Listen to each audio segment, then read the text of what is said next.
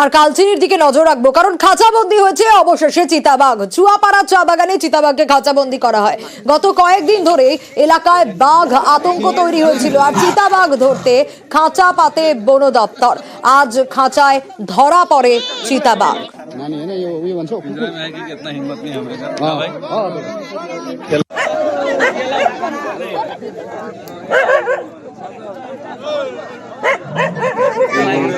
আগে চলে হচ্ছে নি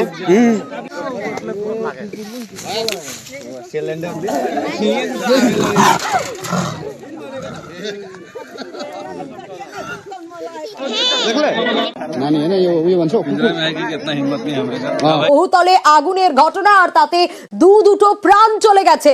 সাজবাতি নামের বহুতল, আর সেখানেই দোতলায় আগুন লাগে। আগুনে আটকে পড়েন বহুতলের বাসিন্দারা। আগুনে ফ্ল্যাটের একাধিক বাসিন্দা জখম পর্যন্ত হয়েছেন।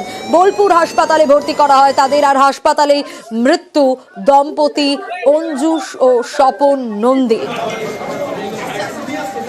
ফার্স্ট ফ্লোরে থাকি, তো হঠাৎ তাকিয়ে দেখছি যে শর্ট সার্কিট হচ্ছে, ফাটতে শুরু করলো। দিয়ে নিচে নামতেই আমি আর একটা দাদা ছিলাম, দিয়ে নিচে নামতে গিয়েই দেখছি যে বেড়ে গেল ধোঁয়াতে, আর যেতে পারলাম না। তখন উপরে উঠতে শুরু করলাম, ক্রমশ আগুন বাড়ছে। তখন কতজন থাকতো এই ফ্লোরে? ফ্লোরে প্রায় 25-26 জন আছে।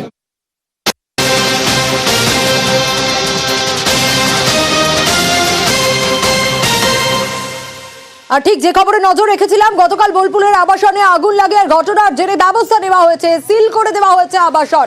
আবাসিকদেরকে স্থানান্তর করা হয়েছে পাশের লজে। এবং আরো ডিটেল এ বিষয়ে জানবো, ইন্দ্রজিৎ রয়েছে আমার সঙ্গে। ইন্দ্রজিৎ, এখনো পর্যন্ত তো পাশে যে লজ রয়েছে সেখানে আবাসিকদের নিয়ে যাওয়া হয়েছে, ঘটনাস্থলে ফরেনসিকের যাওয়ার কথা। কখন ফরেনসিক টিম পৌঁছবে? এবং যে অভিযোগ উঠে আসছে যে অগ্নি নির্বাপন ব্যবস্থা ছিল কিন্তু রক্ষণাবেক্ষণের অভাব ছিল।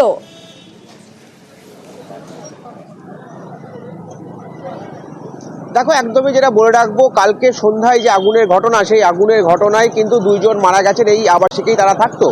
তারপরে বেশ কিছু প্রশ্ন উঠছে যে এখানে কি তাহলে ঠিকঠাক অগ্নি নির্বাপন ব্যবস্থা ছিল না? আবাসিকরা কিন্তু তেমনটাই জানাচ্ছে। আবাসিকরা তারা জানাচ্ছে যে অগ্নি নির্বাপন ব্যবস্থা থাকলেও তা কিন্তু রক্ষণাবেক্ষণ করা হতো না। 6 মাস অন্তর যে রক্ষণাবেক্ষণ করার কথা, সেটা কিন্তু কোনোভাবেই করা হয়নি। আর যদি করা হতো তাহলে কিন্তু 2 জনের প্রাণ কিন্তু এখান থেকে যেত না, এমনটাই কিন্তু জানাচ্ছে। পাশাপাশি যেটা বলে রাখবো, বীরভূম জেলা প্রশাসনের পক্ষ থেকে সম্পূর্ণভাবে এই আবাসনকে কিন্তু সিল করে দেওয়া হয়েছে, যাতে কোনো মানুষ যেন ভেতরে ঢুকতে না পারে। কারণ আর কিছুক্ষণের মধ্যে বেলা 1টা থেকে 2টো নাগাদ ফরেনসিকের দল আসবে। তারা এসে ঠিক কী কারণে এই আবাসনে আগুন লেগেছে সেটা কিন্তু স্পষ্ট করার চেষ্টা করবে।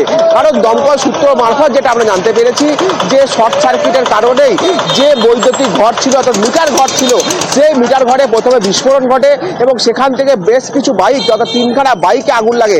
তারপরে সম্পূর্ণভাবে আবাসনে আগুন ছড়িয়ে পড়ে, তারপরেই এত বড় দুর্ঘটনা। কিন্তু সবথেকে বড় প্রশ্ন যে বোলপুরের বুকে এত বড় বড় আবাসন রয়েছে, সেই আবাসনগুলির যে অগ্নি নির্বাপন ব্যবস্থা রয়েছে তা খতিয়ে দেখছে না আবাসনে যারা থাকছে বা যারা আবাসন তৈরি করে দিচ্ছে, সেই সমস্ত কোনো ব্যক্তিরাই কিন্তু আবাসনের যে অগ্নি নির্বাপন ব্যবস্থা তা কিন্তু খতিয়ে দেখছে না, এমনটাই কিন্তু জানাচ্ছে এই আবাসনের যারা বাসিন্দা রয়েছে তারা। সোনিয়া, একটা বিষয় জানতে চাইবো, এই বিষয়ে কি কিছু জানা যাচ্ছে যে এই যে তাদের পাশের লজে স্থানান্তর করা হলো, এখন কতদিন পর্যন্ত এভাবে তাদের রাখা হবে, সে বিষয়ে কি কোনো আপডেট কিছু পাওয়া যাচ্ছে?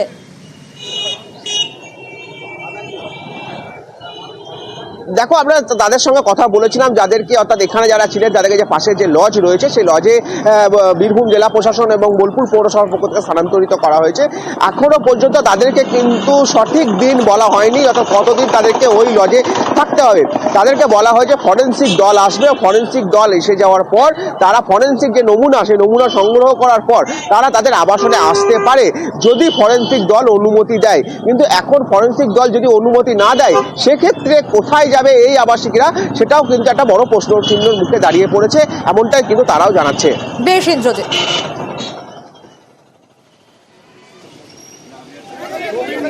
পৌঁছে দেখলাম তখন অলরেডি ওনাদের নিয়ে যাওয়া হয়ে গেছে সিয়ান হসপিটালে। আমি এখনও চোখে দেখিনি, খবর শুনে আমরা এসছি। এসে এবার আমাদের এখানে রেস্কিউ করে আনা হয়েছে, ফ্ল্যাট সিল করে রাখা আছে। এবার যেভাবে যা এগোবে তাই, এর বেশি আমরা কিছু জানি না। আতঙ্ক তো ভয়ানক আতঙ্ক, এর চেয়ে আতঙ্ক কী হতে পারে? প্রাণের নেই, যারা ছিলেন 1 ঘন্টা আগে ফোনে কথা হয়েছে তারপরে আর শুনছি টিভিতে দেখছি, নিউজে দেখছি নেই। এর বাইরে আর কি বলবো বলুন? মানে আমরা এখন কি বলছি কি করছি আমরা জানি না। মিটারের শর্ট সার্কিট হয়ে যাওয়াতে কিছু বাইক লাগা অবস্থা ছিল, সেটা ইফেক্ট পড়ে এবং তারপর বাস্ট হয়ে যায়, তার জন্য এই ঘটনাটা হয়েছে।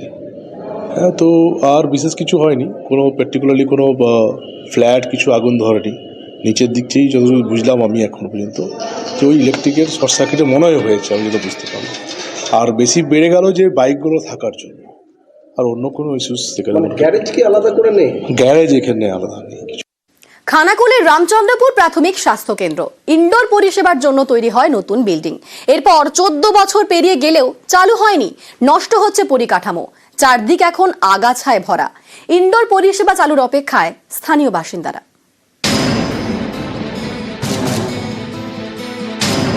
কোথাও জানলার কাঁচ ভাঙা, কোথাও দেওয়াল বেয়ে উঠছে গাছ, চারিদিক আগাছায় ভরা, পড়ে রয়েছে মদের বোতল।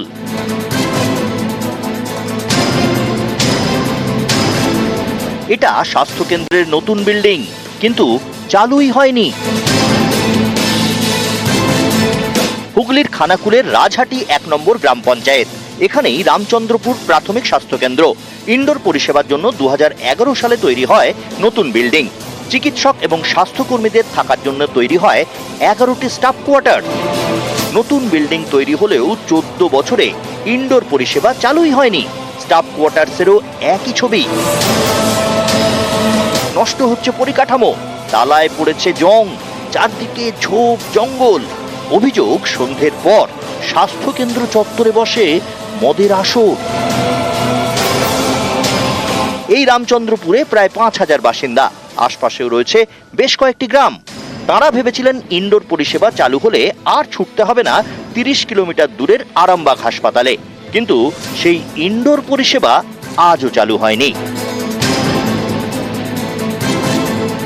এখানে কোনো রকম কোনো সুযোগ সুবিধা নাই, পড়ে পড়ে সমস্ত নষ্ট হচ্ছে, বিল্ডিং ওদিকে ভেঙে যাচ্ছে, বহু টাকা ব্যয় করে কোনো আমাদের কাজে লাগছে না কিছু।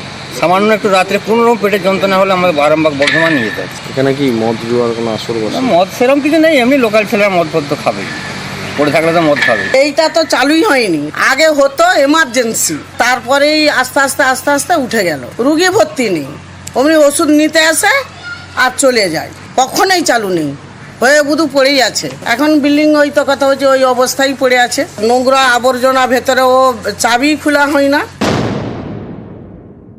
আমার খুবই ডাক্তারের অভাব, এবং ডাক্তার শুধু দিলে তো হবে না, নার্স চাই, একটা জিডিএস স্টাফ চাই, একটা জেড প্লাস সিকিউরিটি চাই। এই জায়গাগুলো আমি কিন্তু এখনো রিচ করতে পারছি না। সেই ক্ষেত্রে ঊর্ধ্বতন কর্তৃপক্ষকে আমার চিঠি করে জানানো আছে, স্বাস্থ্য ভবন থেকে সেই ব্যবস্থা হলে অবশ্যই সেগুলো চালু করবো।